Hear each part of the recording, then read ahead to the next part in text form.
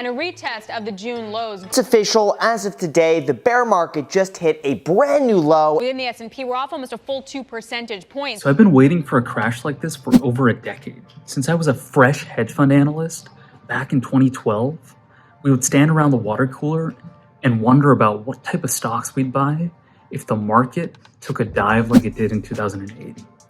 And it looks like we might just get our chance. In preparation for this, I've combed through 13F filings and hundreds of quarterly letters to find 5 super investors that will help me pick stocks for this upcoming recession. Let's go through them. There's an investor with a 10-year track record that's beaten both the S&P 500 and Warren Buffett by more than 20% every year. $1,000 invested with him back in 2012 would have been worth over $10,000 today, compared to just $2,700 when invested in the S&P 500. Despite this amazing performance, almost no one knows about him. Cliff Sosin, who's got 30% plus annualized returns over the last 10 years, despite having some of his investments going down over 50% over the last year. Despite this massive drawdown on his top investments, Cliff continues to double down with the vast majority of his entire fund in his top 5 investments. Cliff is also famous for taking on Bill Ackman and his Herbalife short and winning big. He saw that just because Herbalife was a multi-level marketing company, that didn't make it a fraud. Cliff Sosin loves to be a contrarian investor. As a result, when he saw Bill Ackman shorting Herbalife down to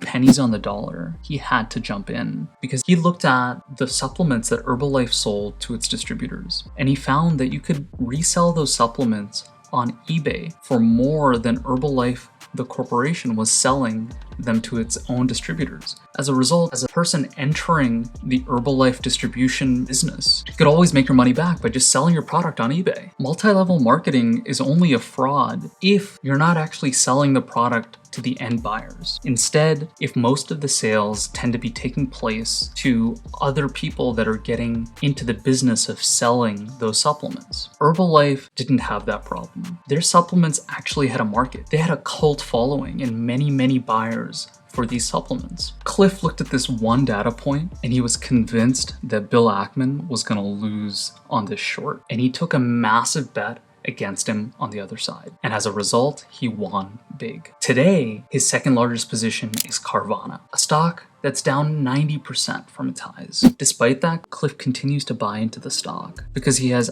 ironclad conviction. Many have been writing off this company because it's really hard to see profitability in such a high growth company. How much of these expenses would really be there if the company wanted to be profitable and didn't spend all of its money on trying to grow? Most analysts wouldn't be able to discern how much Carvana is worth given the data that they provide you in their SEC filings. Cliff Sosin, on the other hand, goes the extra mile by buying data from external sources and setting up his own scripts to track Carvana's inventory on their website to see what their sales look like, as well as what their supply looks like, to understand how well they're doing operationally. He uses this informational edge to build conviction in his picks. As a result, Cliff Sosin is the perfect investor to learn from. Before I share the other 4 investors, I want to share why I look at these specific investors over others. There's hundreds of 13F SEC filings that you can find from investors all over the world, and many have great backgrounds and track records.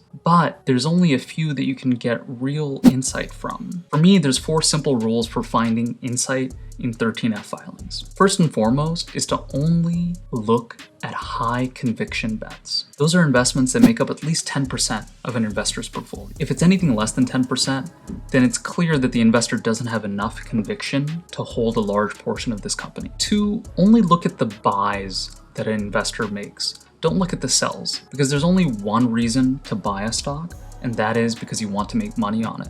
But there are many reasons to sell a stock. You could be selling for tax reasons, you could be selling because there's redemptions from your hedge fund, and as a result, you have to sell some portion of your fund to let investors redeem their money. Or you could be selling just because you found better investments elsewhere. Third, look at the price at which investors bought these stocks. Preferably, you want to find stocks where they've actually gone down since the investor bought in. and you have an opportunity to buy even lower than your favorite investor. Last, but maybe most importantly, rule out short-term investors and investments. The investors that I've chosen here today all invest for the long run, and that's why the buys that they choose to make, especially the high conviction buys, have so much value and insight for other investors. If they're only buying for a month or two, or maybe even less than a year, then it might be hard for you as an investor to look at what they're buying and learn from it, because they might be buying for a 10 or 15% move.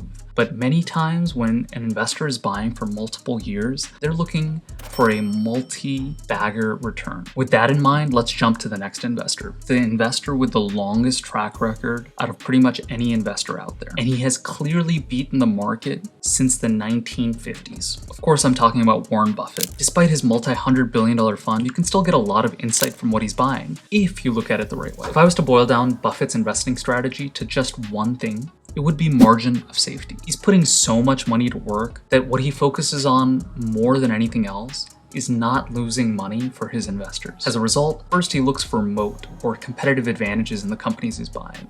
Two, he looks for investments that have little downside, but much higher upside compared to the downside. The negative of looking at Warren Buffett's investments and trying to learn from them is that the amount of money that he has to deploy is so large that the universe of investments that make sense for him end up being really small. Even a $1 billion investment is not worth the time and due diligence for Warren Buffett. But if you can understand why he's buying something, you can take away a lot of value from it, because he buys in order to hold for the long term as an owner. Most recently, he bought $40 billion worth of Chevron and Occidental Petroleum. Looking into these buys, it was really hard to understand because he was buying oil stocks when oil prices were near all-time highs. Even though he'd bought oil stocks in the past when oil prices were low with an expectation of oil prices to go higher. Looking deeper, I found the reason he's buying oil stocks now is because he believes oil prices will continue to go higher as a result of inflation.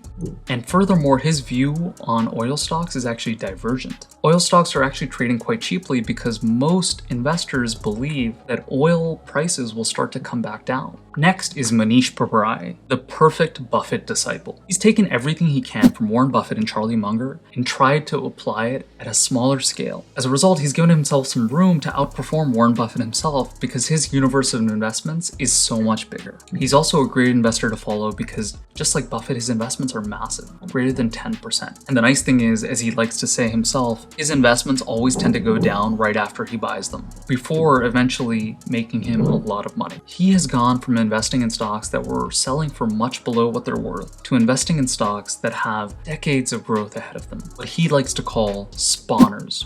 Companies that can create, copy, and invest in new businesses to chase the highest returns possible. Tencent is his top pick in this category because Tencent has an amazing track record of getting above average returns over the last 10 years in music, in venture capital, and in tech in China and outside of China. And they look to have a massive runway ahead of them to continue to get above average returns. As China continues to build the biggest middle class in the world, China's companies will begin to eclipse those Western companies as the Asian consumer market becomes larger and larger. Tencent's dominant position in China with WeChat allows them to capitalize on this growth. The next investor on my list is much newer, with a fund that's only 3 or 4 years old, but he's had an amazing track record in these few years. Connor Haley of AltaFox Capital focuses almost entirely on small cap stocks. He's had annualized returns of greater than 30% over the last few years, and he continues to do really well in this market. A great example of a stock that he found in February of 2019 is the Joint Chiropractic. He was able to buy into this stock below $11, and it went on to rise to above $100 within a couple of years. Connor tries to focus on deep value investments in the microcap and small cap space. As a result, he's able to find investments with amazing risk-reward ratios, as evident by the 10x return in the Joint Chiropractic in 2021. What's great about Connor's investments is that he's always looking for cash-flowing companies. Many investors, as they get a larger and larger fund, tend to start to focus on companies that put off profitability for higher growth, which makes it harder to value those companies, especially as a smaller investor. The last investor on my list is Chuck Ackrey of Ackrey Funds. Chuck only invests in long-term compounders after doing deep research into the companies that he chooses to buy. Unlike the others on this list, he runs a mutual fund, so it's really easy to see what he's investing in at any one time. But at the same time, he has a 30+ year track record of beating the S&P 500 by a few percentage points. And he's very concentrated in his positions. His focus on these long-term compounders makes it really easy to see what he's buying and learn from his investments. Because his focus is to have concentrated holdings that have long and durable competitive advantages that will continue to earn higher rates of return over long periods of time. One of his top investments as a result is Visa. Visa has this amazing moat around its business. It, along with MasterCard, own a portion of the transactions that take place in the digital world across the whole world. And as the world continues to move away from cash, Visa has a great opportunity to become larger and larger and take a greater portion of the world's commerce. Visa is actually one of those companies that Acri invests in that has amazing returns on capital. Anything that they choose to reinvest into the company, they're able to get 30-40% back for each dollar that they put back in. But because Visa is so large at this point, it's only able to put back a portion of its capital back into the company.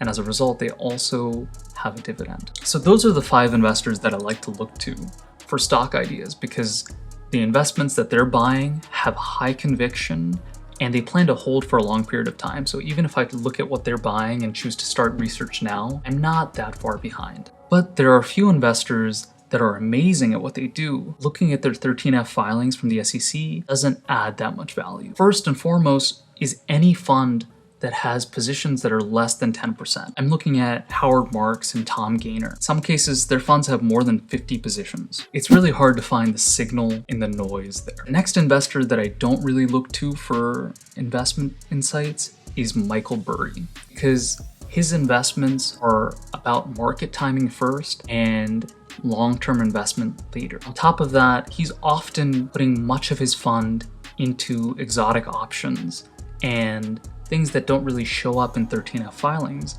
making it difficult to understand what he's really investing in. As a result, it's really hard to look at his investments and find insight that you can apply to your own investments. If you want to try, check out my video on why he sold everything last quarter right here.